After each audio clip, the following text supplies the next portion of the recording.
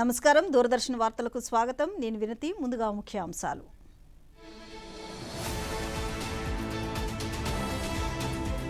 వందే మాతర గీతం స్వాతంత్రోద్యమంలో ప్రజలను ఏకం చేసిందన్న ఉపరాష్ట్రపతి సిపి రాధాకృష్ణన్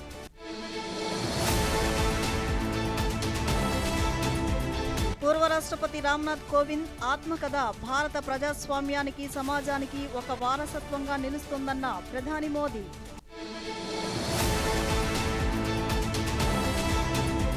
2,08,000 కోట్ల విలువైన పెట్టుబడి ప్రతిపాదనలకు రాష్ట్ర స్థాయి పెట్టుబడుల ప్రోత్సాహక బోర్డు ఆమోదం.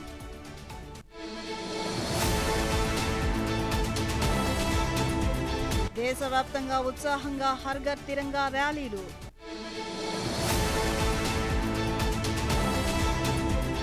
నీట్ వివాదంపై పార్లమెంట్లో చర్చకు ప్రభుత్వం సిద్ధంగా ఉందన్న కేంద్ర మంత్రి కిరణ్ రిజిజు. వార్తల్లోని వివరాలు. జాతీయ షెడ్యూల్ కులాల కమిషన్ చైర్మన్ కిషోర్ మక్వానా నేతృత్వంలోని ప్రతినిధి బృందం ఈ రోజు రాష్ట్రపతి ద్రౌపది ముర్మును కలిసింది. ఈ సందర్భంగా కమిషన్ 2024-25 వార్షిక నివేదికను సమర్పించింది.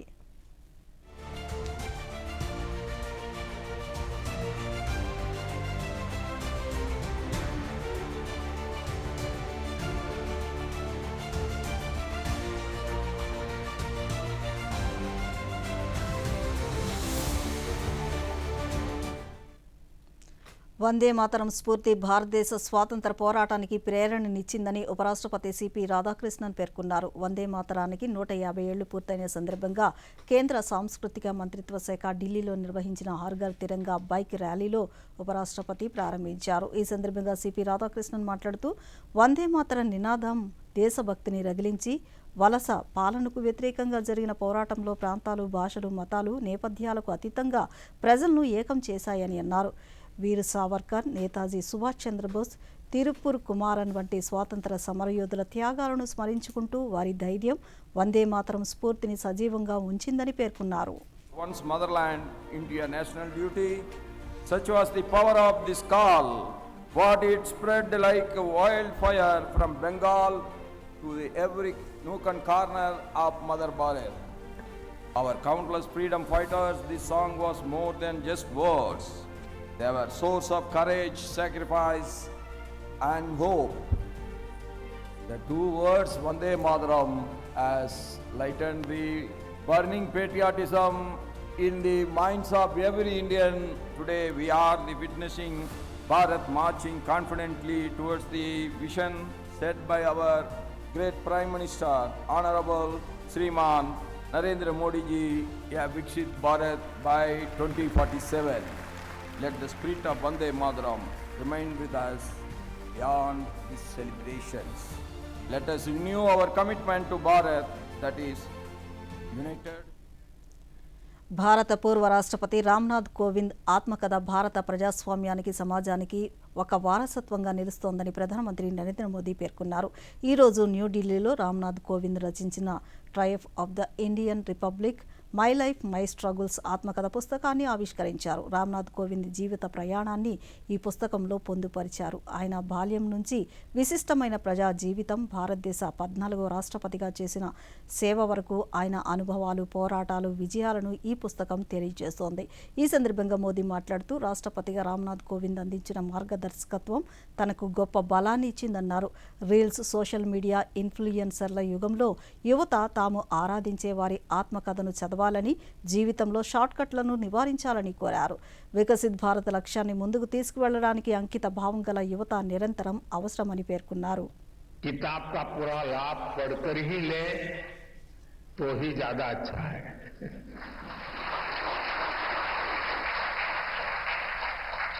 साथियों, कोविंद जी की जीवन यात्रा को आप उनके शब्दों में जाने, उनकी लेखनी को, उनके अनुभवों को देश की नई पीढ़ी पढ़े. इससे हर किसी को काफी कुछ सीखने को मिलेगा. मैं रामनाथ कोविंद जी को इस आत्मकथा के लिए बहुत बहुत बधाई देता हूं.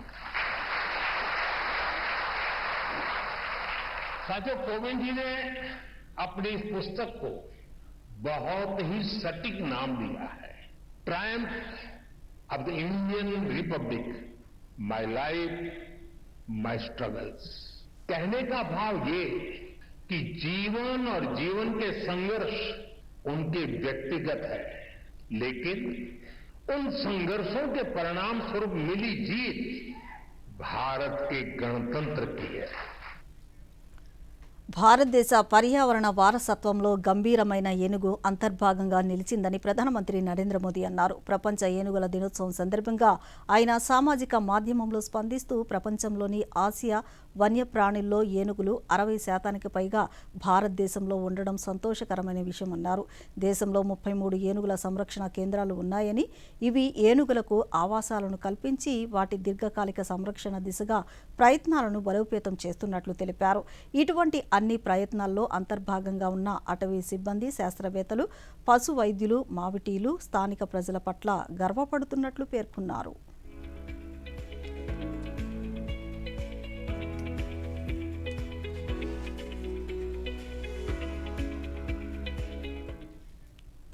చట్టాన్ని అతిక్రమిస్తున్న వారిపై కఠిన చర్యలు తీసుకోవాలని ముఖ్యమంత్రి నారా చంద్రబాబు నాయుడు అధికారులను ఆదేశించారు. రాష్ట్రంలో శాంతి భద్రతలపై అమరావతిలోని రాష్ట్ర సచివాలయం నుంచి ముఖ్యమంత్రి ఈరోజు ఉన్నత స్థాయి సమీక్ష నిర్వహించారు.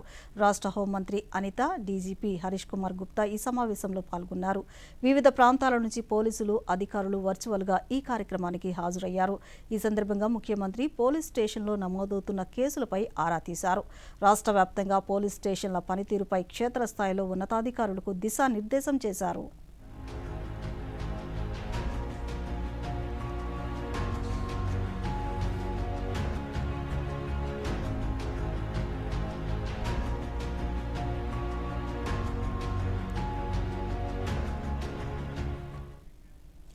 స్వాతంత్ర దినోత్సవ వేడుకలను ప్రజా పండుగగా నిర్వహించేందుకు అమరావతి శాసనసభ ప్రాంగణం సిద్ధమైందని సభాపతి చింతకాయల అయ్యన్న పాత్రుడు పేర్కొన్నారు.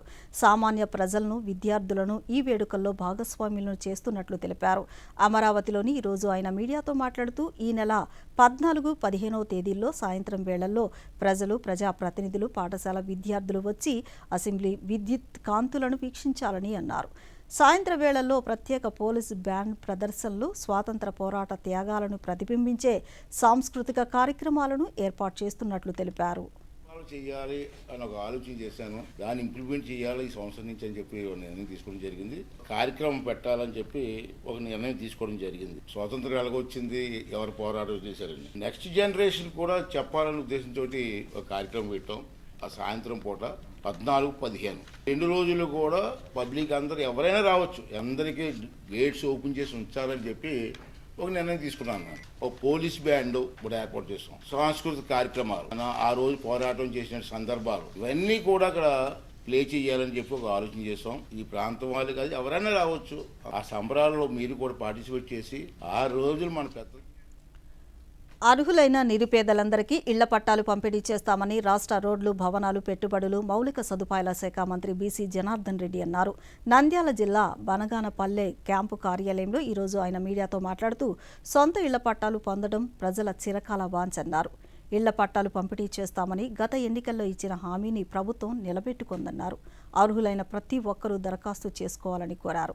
6 దశల వెరిఫికేషన్ పూర్తి చేసి ప్రభుత్వ నిబంధనల మేరకు వచ్చే 2 నెలల్లో ఇళ్ల పట్టాలు పంపిణీ చేస్తామన్నారు.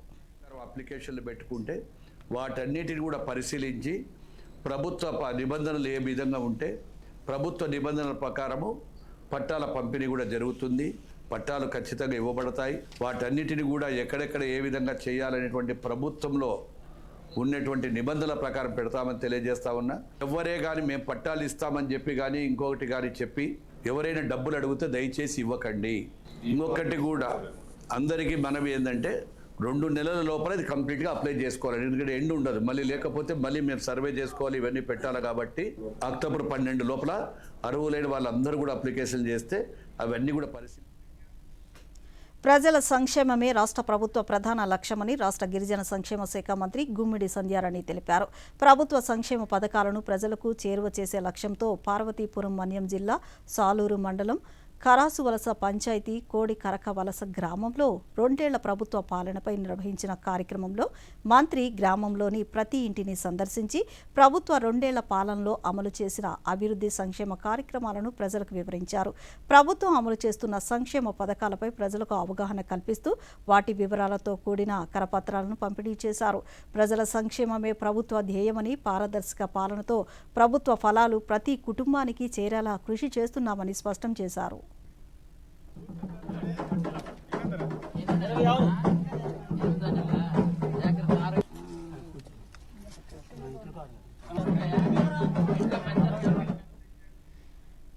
కేంద్ర సమాచార ప్రసార మంత్రిత్వ శాఖకు చెందిన భారత పత్రికా సమాచార కార్యాలయం పీఐబీ ఈరోజు బాపట్ల జిల్లా కేంద్రంలో వార్తా ల్యాబ్ మీడియా వర్క్షాప్ నిర్వహించారు.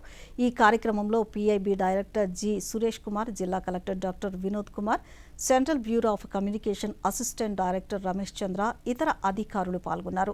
ఈ సందర్భంగా సురేష్ కుమార్ మాట్లాడుతూ సమాచారాన్ని ప్రజలకు సమగ్రంగా అందించేందుకు పాత్రికేయులు కృషి చేయాలన్నారు.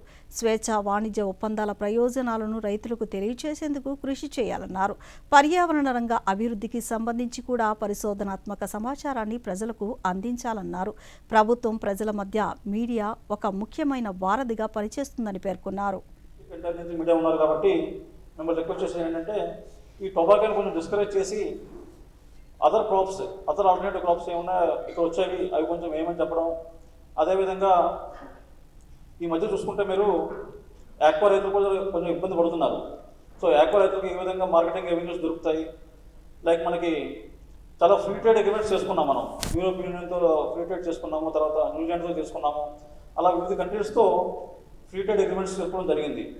సో ఫ్రీ ట్రేడ్ అగ్రిమెంట్స్ వల్ల రైతులకు ఎలా మార్కెటింగ్ రెవెన్యూస్ పొందొచ్చు, ఎలా ఎక్స్పోర్ట్ చేసుకోవచ్చు, సో అవి కూడా మీరు కొంచెం దృష్టి పెట్టి రీసెర్చ్ చేసి రాయగలిగితే రైతులకి ఇక ప్రజలకి బాగా ఉపయోగపడుతుంది.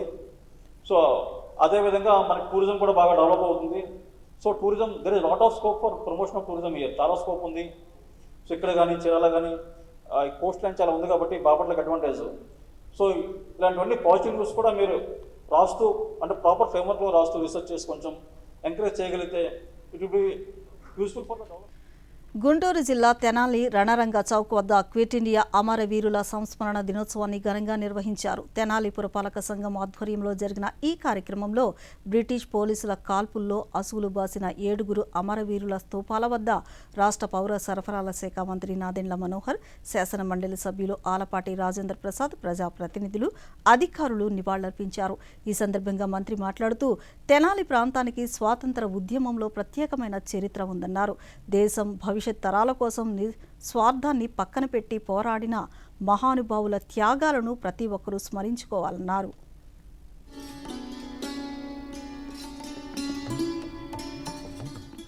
దేశ స్వాతంత్రం కోసం గర్వపడే విధంగా మనం చెప్పుకోవాలి. సిలబస్ లో ఖచ్చితంగా మన తెనాలి గురించి క్విట్ ఇండియా మూవ్మెంట్ కు ఒక స్ఫూర్తిదాయకంగా నిలబడిన ఆ సంఘటన ఏదైతే మనం రణరంగ స్థలం అంటున్నాం, ఈ రోజున ఆ 7 మహానుభావులు వాళ్ళు అర్పించిన ప్రాణాలకి సరైన నివాళులు అల్పించుకునే విధంగా మనం మన ప్రభుత్వం నుంచి ఆ కార్యక్రమం చేద్దాం. ఒక బాధ్యతతోటి పరిపాలించుకుంటూ ముందుకెళ్దాం. అందులో మీరందరూ కూడా భాగస్వాములయ్యి ఆ స్వాతంత్రం స్ఫూర్తిని మహాత్మా గాంధీ గారు, సుభాష్ చంద్ర బోస్ గారు, జవహర్లాల్ నెహ్రూ గారు, ఎంతో మంది మహానుభావులు ఆ ప్రాంతం నుంచి వచ్చిన, ఈ ప్రాంతం నుంచి వచ్చిన, ఏ ప్రాంతం నుంచి వచ్చినా ఏ విధంగా భారతదేశం కోసం నిలబడ్డారో మన ప్రాంతం నుంచి నిలబడిన కుటుంబాలను కూడా మనం నిలబెట్టి. విశాఖ రైల్వే స్టేషన్లో ఎమర్జెన్సీ మెడికల్ రూమ్ను విశాఖ డివిజన్ డీఆర్ఎం లలిత్ బోహారా ప్రారంభించారు. రైలు ప్రమాదాల సమయంలో గాయపడిన వారికి ఉచితంగా వైద్యం అందించేలా ఈ మెడికల్ రూమ్ దోహదపడుతుందన్నారు. ఈ అత్యవసర మెడికల్ రూమ్లో నిరంతరం వైద్యులు, నర్సింగ్ సిబ్బంది అందుబాటులో ఉంటారని తెలిపారు. ప్రస్తుతం ఎమర్జెన్సీ మెడికల్ రూమ్లు విశాఖతో పాటు విజయనగరం స్టేషన్లో కూడా ఏర్పాటు చేసినట్లు ఆయన పేర్కొన్నారు. భవిష్యత్తులో మరిన్ని స్టేషన్లో ఎమర్జెన్సీ మెడికల్ రూమ్లు ఏర్పాటు చేసేందుకు చర్యలు చేపట్టినట్లు లలిత్ బోహార్ స్పష్టం చేశారు. We intend to increase these facilities at other stations also. And met with some accident, trespassing or something, for them it is free. The passenger who are traveling in the train and while traveling they have developed some illness or something and they ask it, for them it is a nominal charge of 100 rupees for the consultation charges plus whatever medicines which are required, those charges will be taken. if passenger has any problem, one is they can contact the onboard ticket checking staff. The second, the passenger can contact through Rail Madad, because Rail Madad is one app which is available to each and everybody. So Rail Madad, through Rail Madad, the passenger can contact us, and once we get that information, immediately our railway staff who are available. ఇప్పుడు చిన్న విరామం తీసుకుందాం. ఈవేళ party కావాలంతే. ముందు champion తో selfie తీసుకుందాం. Idea, ఇక్కడే చేసుకుందాం పార్టీ. Pizza party. ఏది నీ కార్డు పిన్ను ఇయ్యి, నా కార్డ్ డీటెయిల్స్ స్వయంగా వేస్తాను. ఆర్బీఐ అంటుంది మీ పిన్, ఓటీపీ, సివివి లేదా ఇంటర్నెట్ బ్యాంకింగ్ పాస్వర్డ్ ఎవరితోనూ షేర్ చేసుకోకండి. ఆన్లైన్ బ్యాంకింగ్ మీ సొంత కంప్యూటర్, మొబైల్ ఇంకా సిక్యూర్ నెట్వర్క్ నుంచే చేయండి. By girls. ఎక్కడికి వెళ్తున్నావు? వినలేదా? No sharing. ఆర్బీఐ అంటుంది విషయాలు తెలుసుకోండి, జాగరూకంగా ఉండండి. తిరిగి వార్తలకు స్వాగతం. అమరావతి కేంద్రంగా ఈ నెల 15వ తేదీన నిర్వహించే 80వ స్వాతంత్ర దినోత్సవ వేడుకలకు సన్నాహక కార్యక్రమాలు ప్రారంభమయ్యాయి. ఈ మేరకు పోలీస్ సిబ్బంది పెరేడ్ ట్రయల్స్ నిర్వహించారు. ఈ ట్రయల్స్లో పోలీస్ శాఖతో పాటు ఎన్ఎస్ఎస్ వాలంటీర్లు, సిబ్బంది పలువురు పాల్గొన్నారు. పోలీస్ శాఖ ఉన్నతాధికారులు ఈ కార్యక్రమాలను పర్యవేక్షించారు.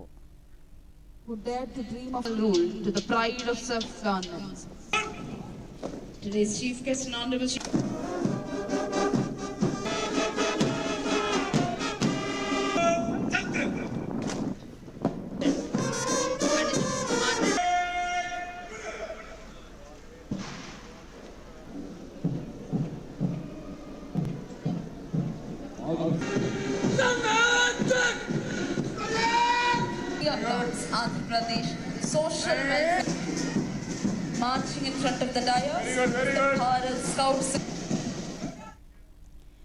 80వ స్వాతంత్ర దినోత్సవం, వందే మాతరం 150వ వార్షికోత్సవాన్ని పురస్కరించుకుని హర్ ఘర్ తిరంగా కార్యక్రమంలో భాగంగా పార్వతీపురం మన్యం జిల్లాలో నిర్వహించిన సైకిల్ ర్యాలీ దేశభక్తి, జాతీయ ఐక్యతకు ప్రతీకగా నిలిచింది. ఈ ర్యాలీని జిల్లా collector doctor N Prabhakar Reddy ప్రారంభించారు. పార్వతీపురం పాత బస్టాండ్ నుంచి ప్రభుత్వ జూనియర్ కళాశాల వరకు 250 అడుగుల భారీ జాతీయ జెండాతో సైకిల్ ర్యాలీ ఉత్సాహంగా సాగింది. అధికారులు, ఉద్యోగులు, విద్యార్థులు, యువత జాతీయ జెండాలు చేదబూని దేశభక్తి నినాదాలతో ర్యాలీలో పాల్గొన్నారు.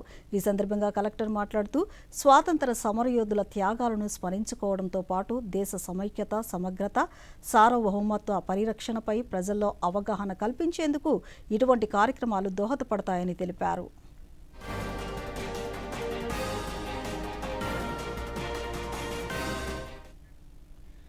ప్రజా సమస్యలపై మరింతగా పోరాడాలని పార్టీ ప్రజా ప్రతినిధులకు వైఎస్ఆర్సీపీ అధ్యక్షుడు, మాజీ ముఖ్యమంత్రి వైఎస్ జగన్మోహన్ రెడ్డి సూచించారు. మండలి సమావేశాలకు సభ్యులంతా పూర్తి సన్నద్ధం కావాలని అన్నారు. తాడేపల్లిలోని పార్టీ కేంద్ర కార్యాలయంలో పార్టీ శాసనసభ్యులు, శాసన మండలి సభ్యులతో వైఎస్ జగన్ సమావేశమయ్యారు. ఈ సందర్భంగా రాష్ట్రంలో తాజా రాజకీయ పరిణామాలు, ప్రజా సమస్యలు, పార్టీ చేపట్టాల్సిన తదుపరి కార్యక్రమాలు తదితర కీలక అంశాలపై సభ్యులకు దిశానిర్దేశం చేశారు.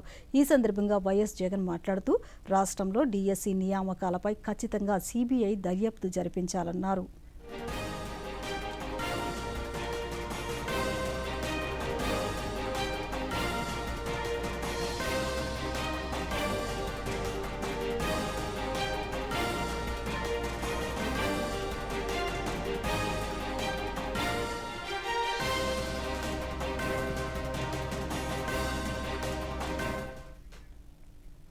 చేనేత రంగంలో ఆధునిక సాంకేతిక పరిజ్ఞానంతో పాటు పారిశ్రామిక అనుసంధానాలు ఉండాలని కేంద్ర వస్త్ర పరిశ్రమల శాఖ మంత్రి గిరిరాజ్ సింగ్ అన్నారు. న్యూఢిల్లీలో ఈరోజు నిర్వహించిన Indian institute of handloom technology మొదటి వార్షిక సదస్సులో ఆయన మాట్లాడుతూ ఆర్థిక సాధికారతకు చేనేత రంగం ఒక సాధనంగా ఉండాలన్నారు.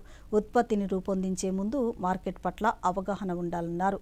చేనేతకు భౌగోళిక గుర్తింపు తీసుకువచ్చి అధిక విలువగల ఉత్పత్తి అభివృద్ధి చేయాలన్నారు. విద్యార్థులు ఉద్యోగ అన్వేషకులుగా కాకుండా పారిశ్రామికవేత్తలుగా, ఉద్యోగ సృష్టికర్తలుగా మారేలా ప్రోత్సహించాలని పిలుపునిచ్చారు. उसने केवल 20% रखा. सस्टेनेबल सबसे पहला सस्टेनेबल होगा, वही हमने IIT दिल्ली से उन्होंने एक डिवाइस बनाया कि हर बीम में हम जब कर रहे हैं तो कितना कार्बन हम कैप्चर कर रहे हैं, बचा रहे हैं. अगर वो शटल लूम पे बने पावर लूम में और बीम में, तो ये सस्टेनेबिलिटी हुआ कि नहीं? పార్లమెంటు చర్చల్లో పాల్గొనాలని విపక్ష సభ్యులను పదే పదే కోరినట్లు పార్లమెంటరీ వ్యవహారాల శాఖ మంత్రి కిరణ్ రిజిజు అన్నారు. ఈరోజు ఆయన న్యూఢిల్లీలో మీడియాతో మాట్లాడుతూ నీట్ అంశంపై చర్చించడానికి విపక్ష సభ్యులు అడిగే ప్రతి ప్రశ్నకు సమాధానం ఇవ్వడానికి ప్రభుత్వం సిద్ధంగా ఉందన్నారు. చర్చల్లో పాల్గొనేలా ప్రతిపక్షాన్ని ఒప్పించాలని కోరుతూ హోంమంత్రి అమిత్ షా స్వయంగా స్పీకర్కు లేఖ రాసినట్లు తెలిపారు. పార్లమెంటు చర్చల్లో పాల్గొనకపోవడం ప్రజాస్వామ్యానికి దేశానికి మంచిది కాదన్నారు. सरकार डिस्कशन चाहते हैं पार्लियामेंट में और ओपोजिशन भाग रहे हैं, ये कल्पना करना मुश्किल है, क्योंकि पार्लियामेंट्री डेमोक्रेसी में ओपोजिशन पार्टी डिस्कशन के लिए डिमांड करते हैं और सरकार जवाब देते हैं. यहां तो सरकार खुद ही कह रहे हैं कि हम डिस्कशन. లోక్సభ ఈరోజు గనులు ఖనిజాల అభివృద్ధి నియంత్రణ సవరణ బిల్లు 2026ను ఆమోదించింది. కేంద్ర గనుల శాఖ మంత్రి కిషన్ రెడ్డి లోక్సభలో బిల్లును ప్రవేశపెట్టారు. ఈ బిల్లు గనులు ఖనిజాల అభివృద్ధి నియంత్రణ చట్టం 1957ను మరింత సవరించడాన్ని లక్ష్యంగా పెట్టుకుంది. బిల్లు ఆమోదం పొందినట్లు స్పీకర్ స్థానంలో ఉన్న జగదంబికా పాల్ ప్రకటించారు.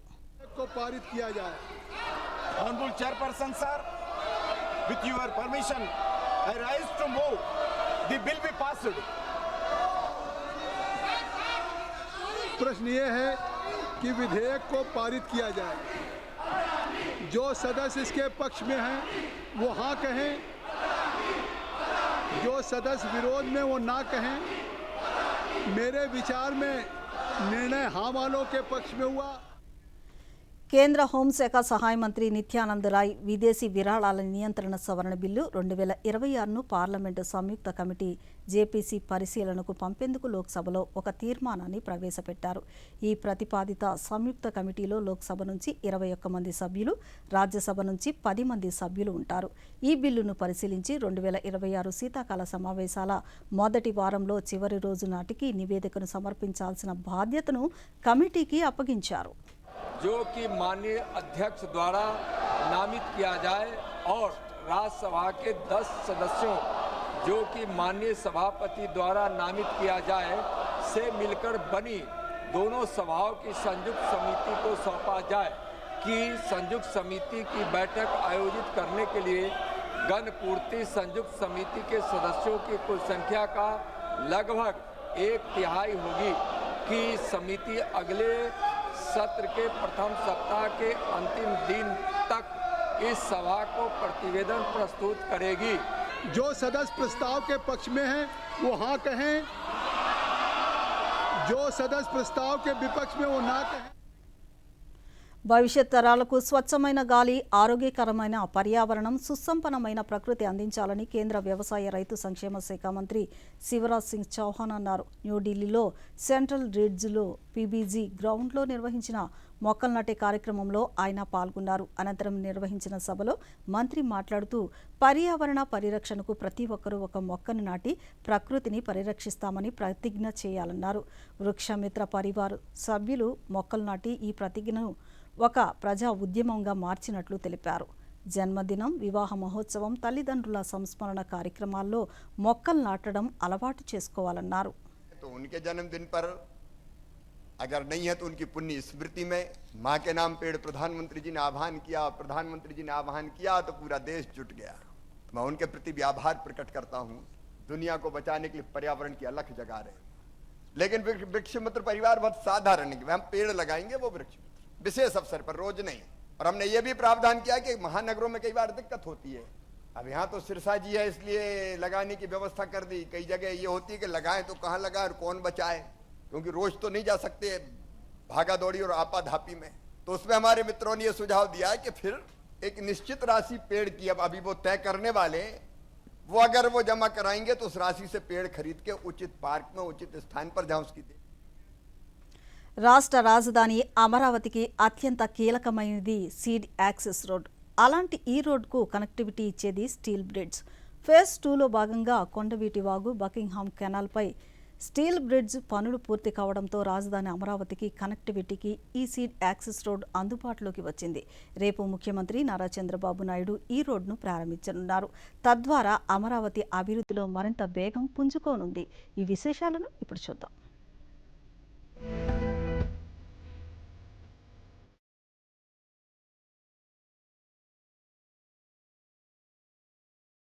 అమరావతికి కనెక్టివిటీ పరంగా అత్యంత కీలకమైన ప్రాజెక్ట్ సీడ్ యాక్సెస్ రోడ్. ముఖ్యమంత్రి చంద్రబాబు నాయుడు ఈ సీడ్ యాక్సెస్ రోడ్ను జాతికి అంకితం చేయనున్నారు. రాజధానికి మరింత వేగంగా చేరుకోవడానికి ఈ మార్గం దోహదపడుతుంది. గుంటూరు, విజయవాడకు రాజధాని ముఖద్వారంగా కూడా సీడ్ యాక్సెస్ రోడ్డు ఉండనుంది. రాజధాని ప్రాంతంలో ముఖ్యమంత్రి పాల్గొంటున్న కార్యక్రమం కావడంతో అధికార యంత్రాంగం విస్తృత ఏర్పాట్లు చేస్తోంది.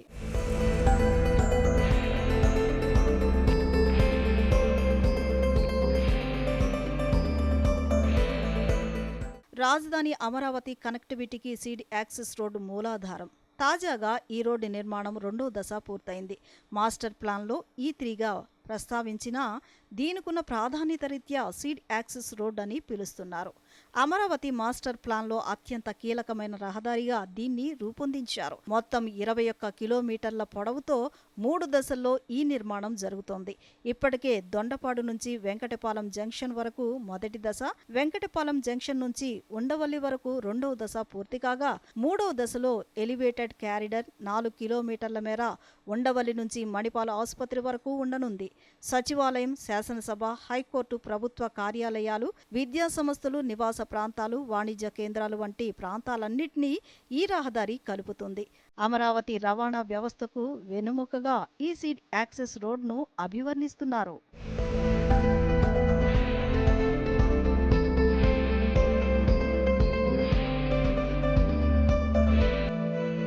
అమరావతికి ముఖద్వారంగా చెబుతున్న స్టీల్ బ్రిడ్జ్ సైతం సిద్ధమైంది. అమరావతిలోని ప్రభుత్వ కార్యాలయాలు, నివాస ప్రాంతాలు, వాణిజ్య కేంద్రాలకు సులభంగా అనుసంధానం ఏర్పడడంతో పాటు భవిష్యత్తు ట్రాఫిక్ అవసరాలను దృష్టిలో ఉంచుకుని రూపొందించిన ఈ రహదారి ఎంతో కీలకంగా మారుతోంది. ఇప్పటికే ఎమ్మెల్యే, ఎమ్మెల్సీ టవర్లను సిద్ధం చేసి జీఏడీకి అప్పగించేందుకు సిద్ధం చేశారు. అమరావతి అభివృద్ధిలో భవన నిర్మాణంతో పాటు ప్రపంచ స్థాయి రవాణా మౌలిక సదుపాయాల కల్పనకు ప్రభుత్వం ప్రాధాన్యతనిస్తోంది.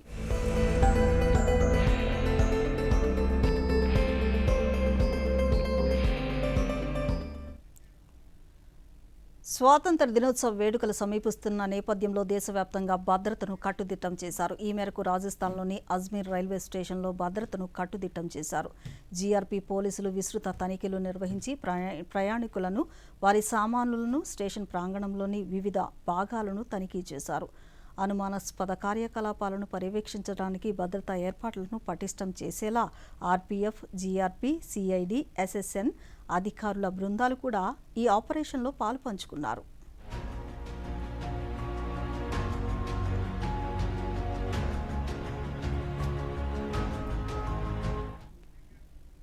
శ్రీనగర్లోని ఆకాశవాణి, దూరదర్శన్ కేంద్రం ఉద్యోగులు తిరంగా ర్యాలీని నిర్వహించారు. ఈ ర్యాలీ దూరదర్శన్ కేంద్రం వద్ద ప్రారంభమై ఆకాశవాణి శ్రీనగర్ ప్రాంగణం వద్ద ముగిసింది. ఉద్యోగులు ఈ ర్యాలీలో ఉత్సాహంగా పాల్గొన్నారు.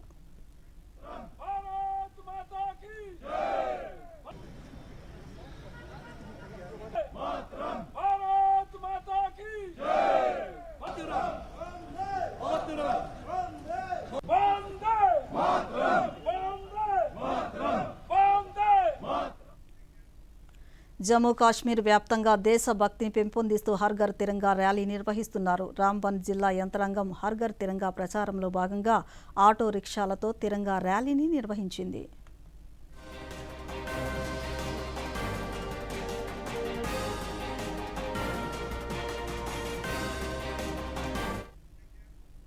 గుజరాత్ రాష్ట్ర వ్యాప్తంగా హర్ఘర్ తిరంగా ర్యాలీలు నిర్వహిస్తున్నారు. భుజ్లోని ఈరోజు భారీ త్రివర్ణ యాత్రను నిర్వహించారు. జూబ్లీ గ్రౌండ్ నుంచి ప్రారంభమైన ఈ యాత్రలో పెద్ద సంఖ్యలో బీఎస్ఎఫ్ సిబ్బంది, పోలీసులు, హోంగార్డులు, విద్యార్థులు, స్థానిక ప్రజలు జాతీయ జెండాను చేతబూని ఉత్సాహంగా పాల్గొన్నారు.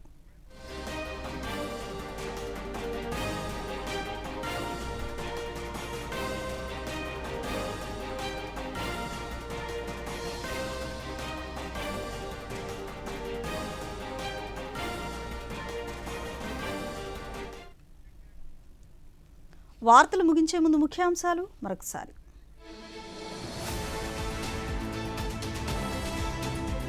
వందే మాతర గీతం స్వాతంత్రోద్యమంలో ప్రజలను ఏకం చేసిందన్న ఉపరాష్ట్రపతి సిపి రాధాకృష్ణన్.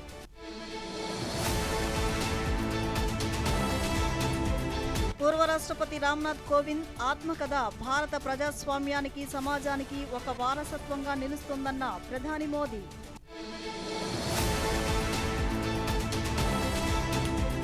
$2,08,000 విలువైన పెట్టుబడి ప్రతిపాదనలకు రాష్ట్ర స్థాయి పెట్టుబడుల ప్రోత్సాహక బోర్డు ఆమోదం.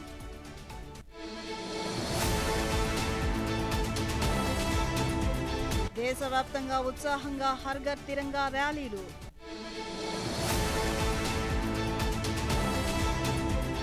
నీట్ వివాదంపై పార్లమెంట్లో చర్చకు ప్రభుత్వం సిద్ధంగా ఉందన్న కేంద్ర మంత్రి కిరణ్ రిజిజు. ఈ వార్తలు ఇంతటితో సమాప్తం. నమస్కారం.